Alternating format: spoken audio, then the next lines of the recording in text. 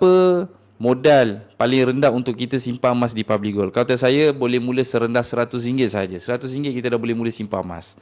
Dia bersamaan dengan berapa? Lebih kurang dalam 0.1 gram emas. Jadi apa kita buat? Kita simpan emas sikit. Bila dah banyak, kita keluarkan dalam bentuk fizikal. Macam saya pegang ni. Ni saya pegang 100 gram emas yang mana harga hari ni hampir RM60,000. Kalau exactly harga dia RM57,500 lah. Lebih kurang. Okay, so memang sangat-sangat menarik. Sebab apa? Kita boleh simpan emas sikit-sikit dalam akaun dan kita keluarkan fizikal. Dalam Al-Quran dan hadis, apakah ada galakan untuk simpan emas? Okay, dia sebenarnya dia tak adalah spesifik tentang simpanlah emas dan juga perak. Cuma benda tu ada disebut. Zahab, fiddah, dinar, dananir, ada disebut.